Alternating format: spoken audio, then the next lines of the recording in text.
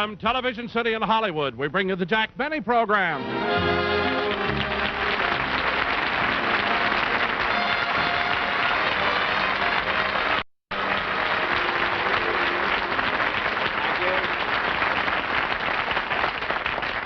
Thank you very much, ladies and gentlemen, and welcome to the Lucky Strike program. As you probably know, this is my first television show of the season, and I'm quite excited about it because last year I only did 10 shows the whole year, and this year I'm going to do 13 shows. That's 3 more than I did last year, or 486 less than Arthur Godfrey.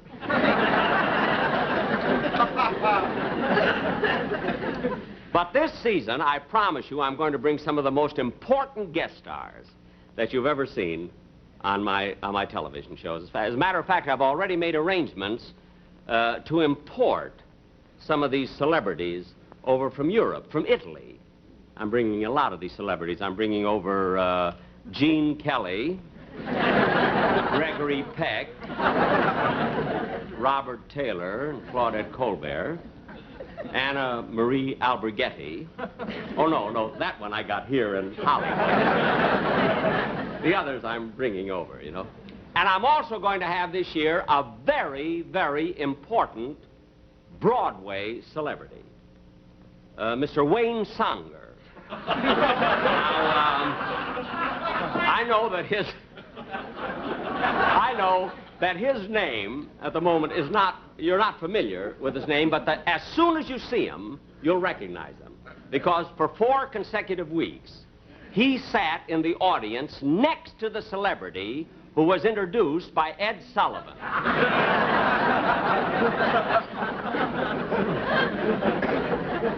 His agent is an usher. Well, anyway, here I am for the first show, and I'm, one of the reasons I'm so happy is because I had, for the first time, a wonderful vacation. The most wonderful, I went to Honolulu, you know, for 3 weeks, and ladies and gentlemen, if you've never been to Hawaii, you must go. You know, I always thought that those narrators, you know, that narrate the travelogues, I always thought that they exaggerate, but really they don't. It's such a beautiful place. As a matter of fact, the Hawaiian Islands are really the tropical islands of enchantment.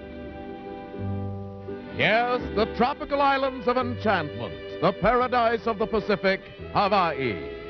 The city of Honolulu, rising among regal palms on the curve of Waikiki Beach, the splendor of the Royal Hawaiian Hotel, and in the background, Diamond Head, wearing a majestic crown of fleecy clouds held in place by the gentle pressure of the trade winds. But out of this dream, our visitors are abruptly brought back to reality by the realization that their vacation has come to an end. But even the farewell is something to remember, Hawaii's heartwarming aloha.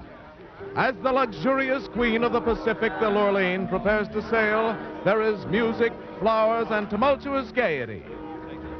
And here on the dock is where one of the most colorful ceremonies of the island takes place, the presentation of the leis. This is an old custom by which the natives express their feelings toward the departing visitors. First is the orchid lei, presented to those who have made friends while on the island. Next comes the plumeria blossom. This token, when presented to a traveler, expresses the sincere wish that soon he will return again. Yes, nobody leaves the island without the adornment of at least one flowery memento, for even the lei made of the common, ordinary ginger blossom is presented by the native shopkeepers to all those who have come into their stores and spent a little money.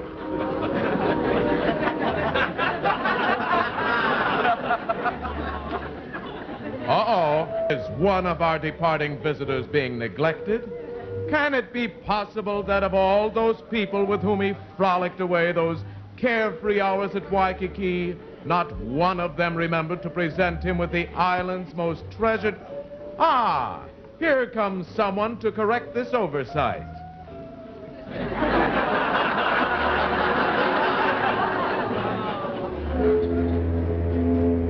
Doggone it, there's the whistle, and Rochester isn't here yet. I wonder what's keeping him. Here he is. Rochester!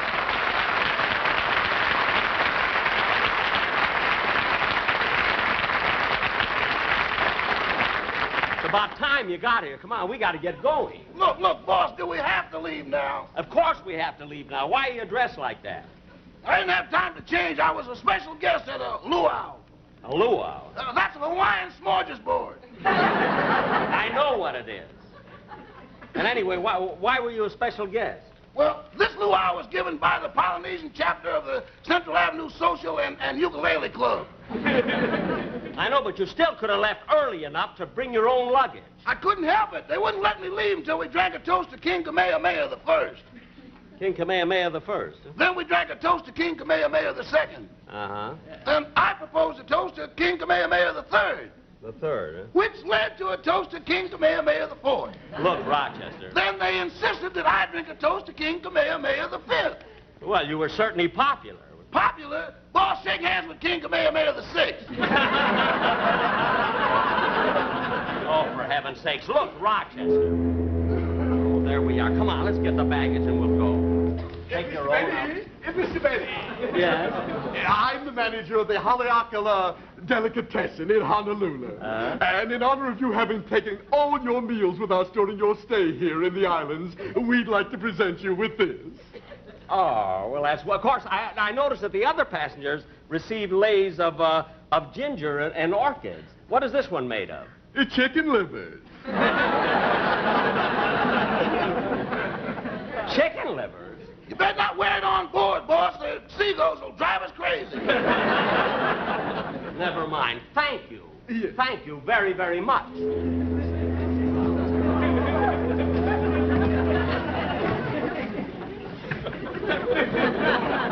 What a show-off.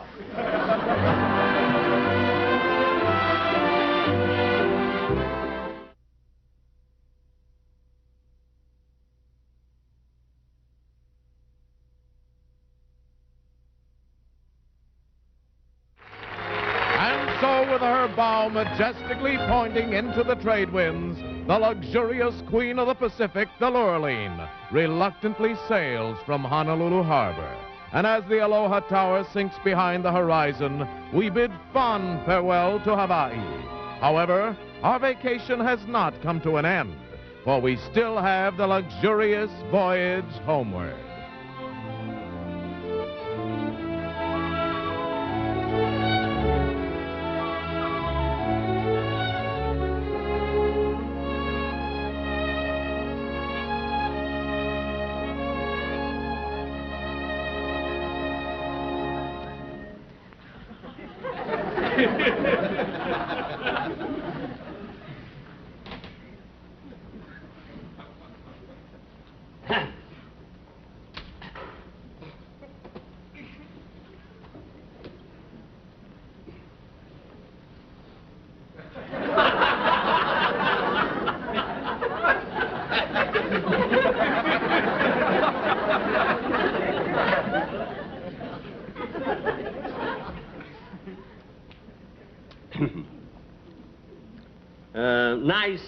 Nice voyage, isn't it? Huh? I said it's a nice voyage. Oh, yes, it certainly is.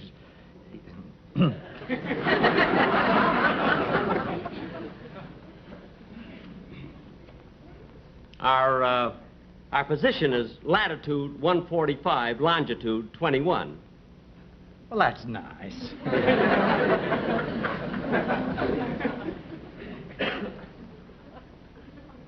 The wind, the wind is coming from the southeast at 8 knots an hour, Are you the navigator?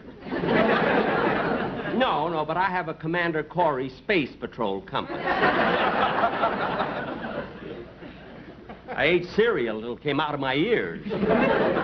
That's how you get one of those compasses. And how long did you live in Kansas City? Oh, about 16 years. 16 years, And you graduated from high school? In 1936. 1936. Someone being interviewed there must be a celebrity of some kind. You know? Yes. Yes, yes.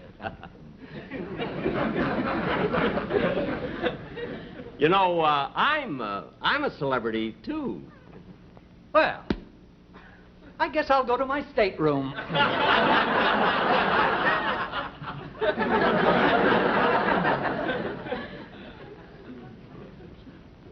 Thank heaven, now I can read.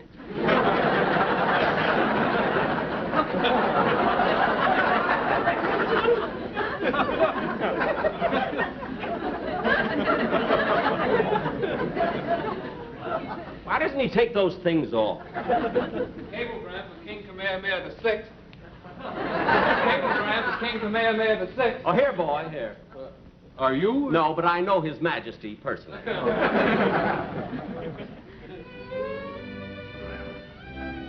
Yes, there's nothing like a trip on an ocean liner, for a voyage at sea is synonymous with romance. On shipboard, many a casual acquaintance has blossomed into true love.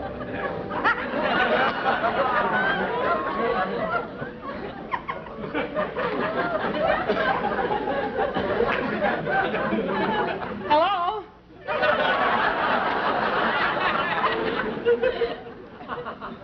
Hello. Would you like to play some shuffleboard?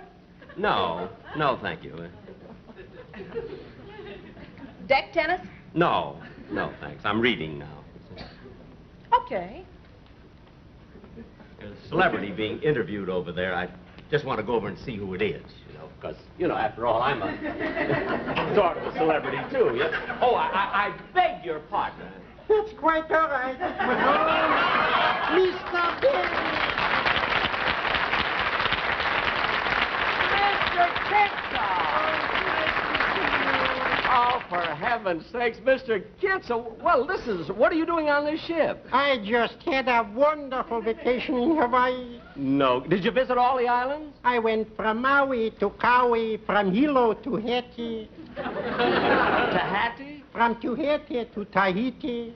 No. Yeah. Well, you must have seen all those hula dancers then with the grass skirts, huh? Yes, I did. And you know the most beautiful girls I ever saw was on the island of Oahu. I know what you mean. You know?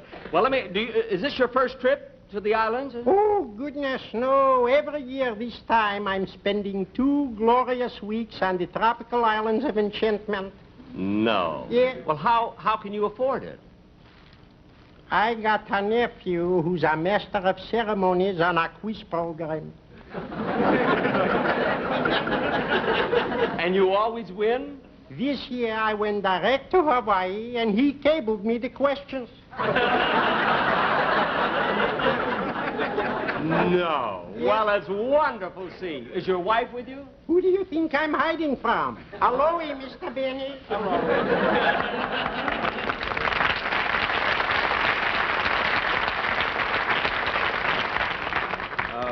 After 1944, would I be safe?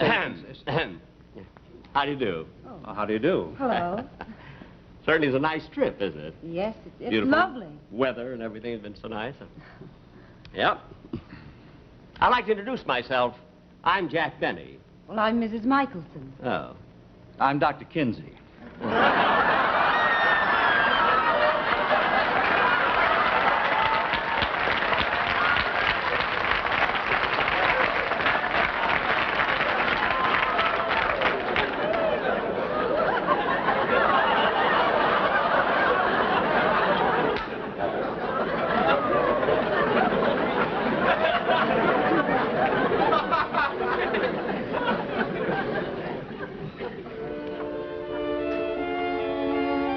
Yes, a voyage at sea is an event that will always be remembered because there are so many things to enjoy. Dancing in the salon, sunbathing on the top deck, swimming in the ship's pool, and in the evening there is always a movie in the ship's lounge.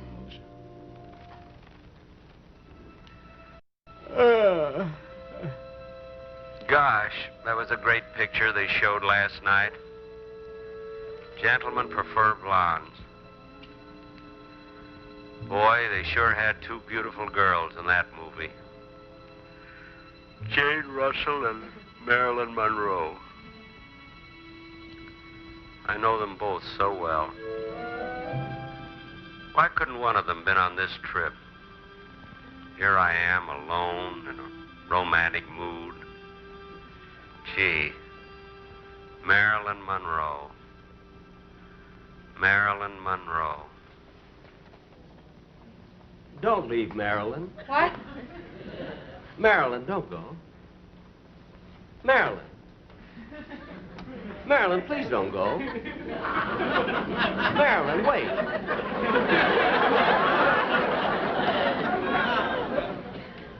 Marilyn.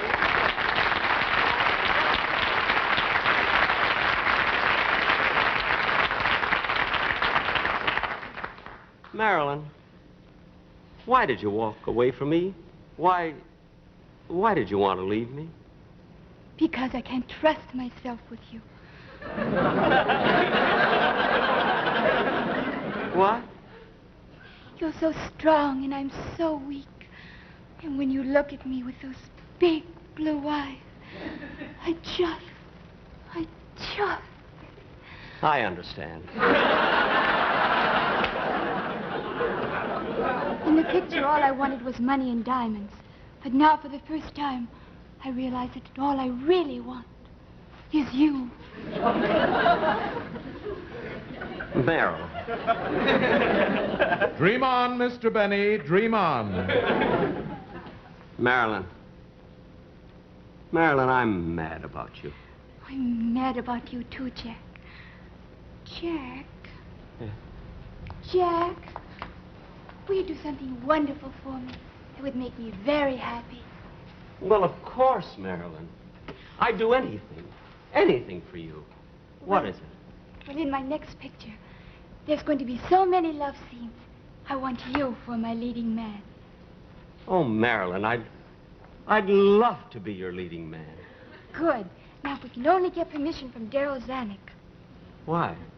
Who did Mr. Zanuck have in mind? Himself.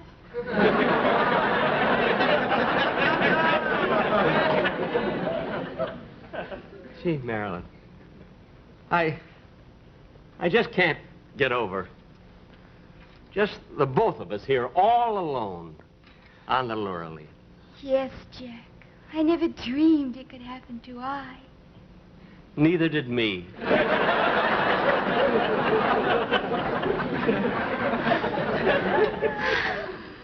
Marilyn, why are you sighing?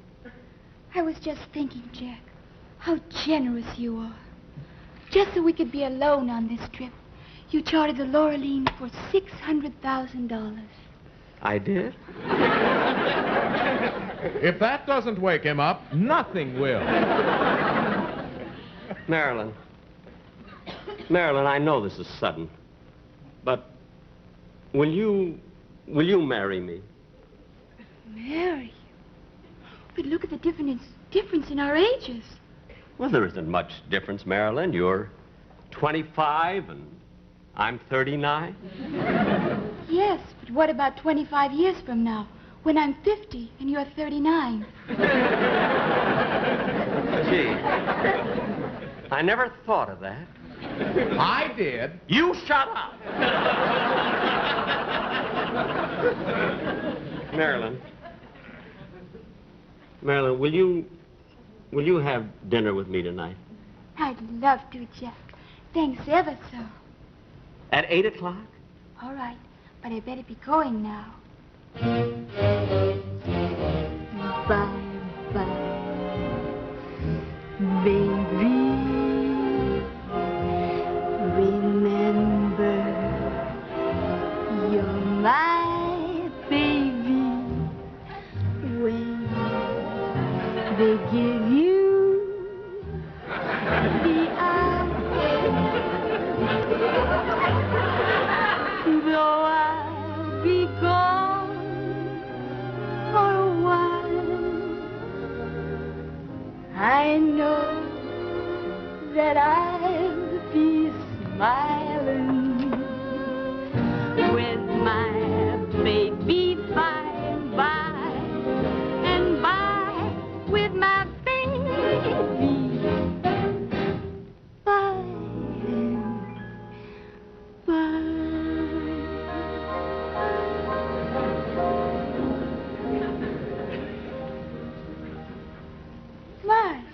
strange. What's strange? I'm so crazy about you, but that kiss didn't affect me at all. That's funny. I'm a wreck. See you later, Jack. Don't forget. Marilyn, don't forget dinner tonight. I won't. At 8 o'clock. I'll remember. Marilyn, come back here a minute. Please come back. Marilyn, give me one more kiss before you go.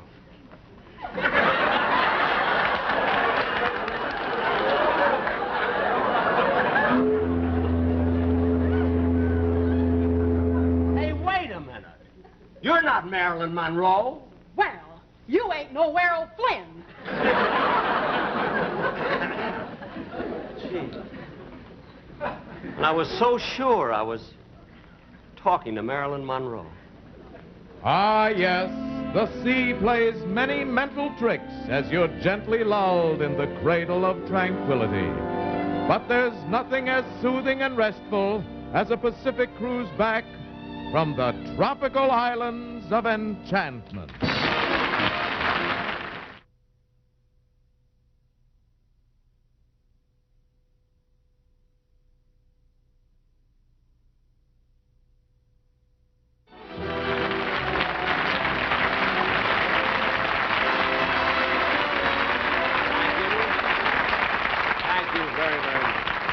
Marilyn, this is your first appearance in television, isn't it? Yes, it is, Jack. Well, I'm quite flattered that you made your first appearance on my show. I really am. Just wonderful to have you. Have you a picture that's coming out pretty soon, a new picture? I mean, we've seen Gentlemen Prefer Blondes. Another one, new one? Yes, it's called How to Marry a Millionaire. It's also in CinemaScope. Oh, it is? In CinemaScope, too? Yes. You know, I made a picture once. The horn blows at midnight. And I believe if that had been made in CinemaScope, it would have been a huge success. Well, you know, CinemaScope is very complicated. In order to put the big screen in all the theaters, they have to take out a lot of seats. Mm-hmm. Well, in my picture, they could have taken out all of the seats. Jack, What? I don't know why you're always panning the horn blows at midnight. I saw it. You did? Yes. And you don't know why I'm panning it? Did you like it? No. Well, thanks ever so. So long. Goodbye, Marilyn.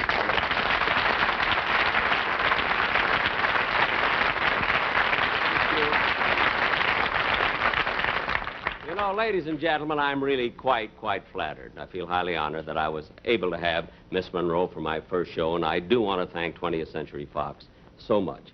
Of course, another thing that thrilled me today is because I also opened my radio series today. You know, I did my first radio show, and I had my same cast with me. There's Dennis and Mary and Don Wilson and Rochester, everybody but Phil Harris. Funny thing, Phil Harris hasn't been with me for 2 years, and I still don't dare light a match in the studio. But I love radio, and am I through? Is that all I get? Oh, well, thank you very, very much.